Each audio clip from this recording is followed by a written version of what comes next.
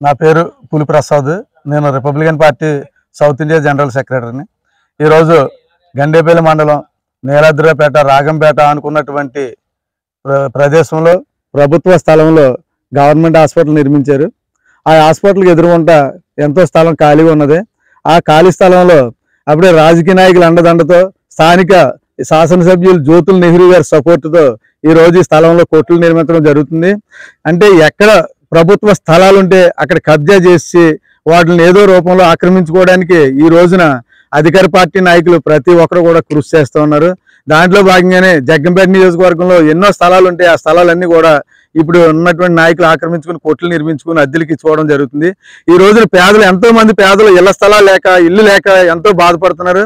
అటువంటి పేదలకు ఇళ్ల స్థలాలు ఇవ్వడం మానేసి స్వార్థపరులకి వాళ్ళ భవిష్యత్తు వాళ్ళ వ్యాపారాలకు అద్దెలకు ఇచ్చుకోవడానికి అని చెప్పేసి ఎక్కడ ప్రభుత్వ జాగాలు ఉంటే అక్కడ కబ్జా చేసేసి వాళ్ళు అద్దెలకు ఇచ్చుకోవడం జరుగుతుంది.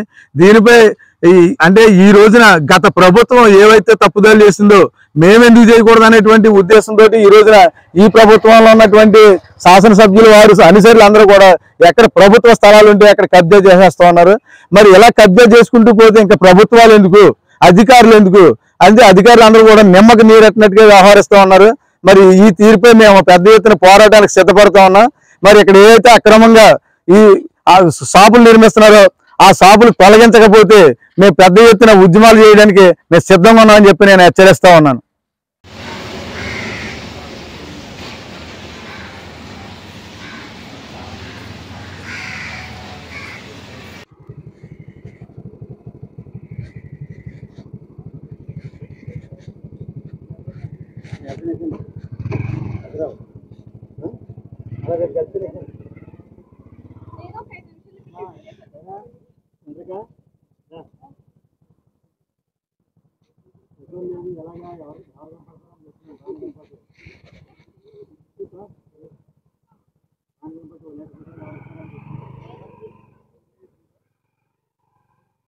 ఈరోజు గత ప్రభుత్వంలో ఆ గవర్నమెంట్ హాస్పిటల్ నిర్మించడం కోసం అది సీలింగ్ ల్యాండ్గా కేటాయించి అక్కడ స్థలం తీసుకోవడం జరిగింది.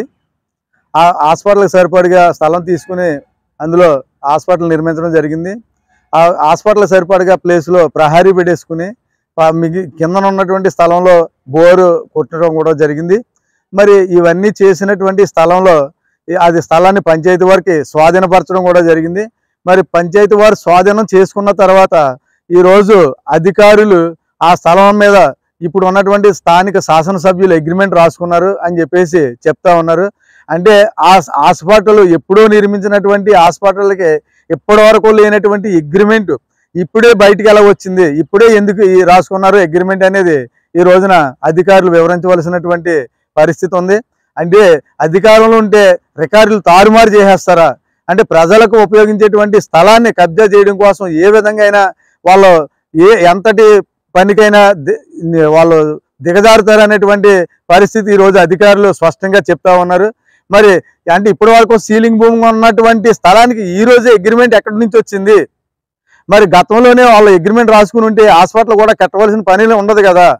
అంటే ఒక్కసారి ప్రతి ఒక్కరు కూడా ఆలోచించాలి. అంటే ప్రభుత్వ స్థలాలు ఎక్కడుంటే అక్కడ కబ్జా చేయడం కోసం అని చెప్పేసి ఈరోజు నాయకులు ఏ విధంగా పాటుపడుతున్నారు అనేది ప్రతి ఒక్కరు గ్రహించాలి. మరి ఇది కోర్టులో ఉందని కొద్దిమంది చెప్తా ఉన్నారు. అసలు దీని మీద పూర్తి వివరణ ఇవ్వాల్సినటువంటి బాధ్యత అధికారులపై ఉంది.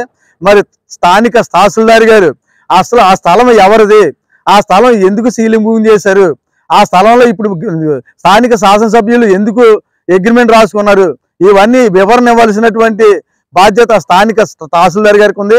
మరి ఆయన ఈ వివరణ ఇవ్వకపోతే దీని మీద మేము పెద్ద ఎత్తున ఉద్యమాలు చేపడతామని చెప్పేసి నేను హెచ్చరిస్తా ఉన్నాను.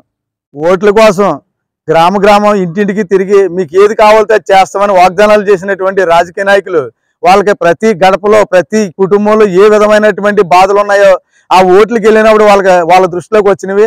మరి వాళ్ళ దృష్టిలోకి వచ్చినప్పుడు ప్రతి హామీ మేము నెరవేరుస్తామని చెప్పడం జరిగింది. ఈ రోజు ఎంతో మంది ఇళ్ల స్థలాలు లేక ఇల్లు లేక ఒకే కుటుంబంలో 3-4 కాపురాలు ఉంటా ఉన్నారు. మరి అటువంటి కుటుంబాలకి ఈ రోజున ఇటువంటి స్థలాలు ఇళ్ల స్థలాలకి ఇస్తే ఎంతో మంది జీవనం చేస్తారు. మరి అటువంటిది మానేసి స్థలాలన్నీ కూడా వాళ్ళ కార్యకర్తలకి అనుచరులకే ఇచ్చుకుని వాళ్ళ అభివృద్ధి కోసమే చూస్తున్నారు తప్పించి ప్రజల కోసం ఏ నాయకుడు కూడా కృషి చేయడం లేదు. మరి ఇది చాలా దారుణమైనటువంటి పరిస్థితి. ఇటువంటి పరిస్థితులు మేము తీవ్రంగా ఖండిస్తా ఉన్నామని తెలియజేస్తా ఉన్నాం. ఓట్ల కోసం గ్రామం ఇంటింటికి తిరిగి మీకు ఏది కావాలో అది చేస్తామని వాగ్దానాలు చేసినటువంటి రాజకీయ నాయకులు వాళ్ళకి ప్రతి గడపలో ప్రతి కుటుంబంలో ఏ విధమైనటువంటి బాధలు ఉన్నాయో ఆ ఓట్లకి వెళ్ళినప్పుడు వాళ్ళ దృష్టిలోకి వచ్చినవి. మరి వాళ్ళ దృష్టిలోకి వచ్చినప్పుడు ప్రతి హామీ మేము నెరవేరుస్తామని చెప్పడం జరిగింది. ఈ రోజు ఎంతో మంది ఇళ్ల స్థలాలు లేక ఇల్లు లేక ఒకే కుటుంబంలో 3-4 కాపురాలు ఉంటా ఉన్నారు. మరి అటువంటి కుటుంబాలకి ఈ రోజున ఇటువంటి స్థలాలు ఇళ్ల స్థలాలకి ఇస్తే ఎంతో మంది జీవనం చేస్తారు. మరి అటువంటిది మానేసి స్థలాలన్నీ కూడా వాళ్ళ కార్యకర్తలకి అనుచరులకే ఇచ్చుకుని వాళ్ళ అభివృద్ధి కోసమే చూస్తున్నారు తప్పించి ప్రజల కోసం ఏ నాయకుడు కూడా కృషి చేయడం లేదు. మరి ఇది చాలా దారుణమైనటువంటి పరిస్థితి. ఇటువంటి పరిస్థితులు మేము తీవ్రంగా ఖండిస్తా ఉన్నామని తెలియజేస్తా ఉన్నాం.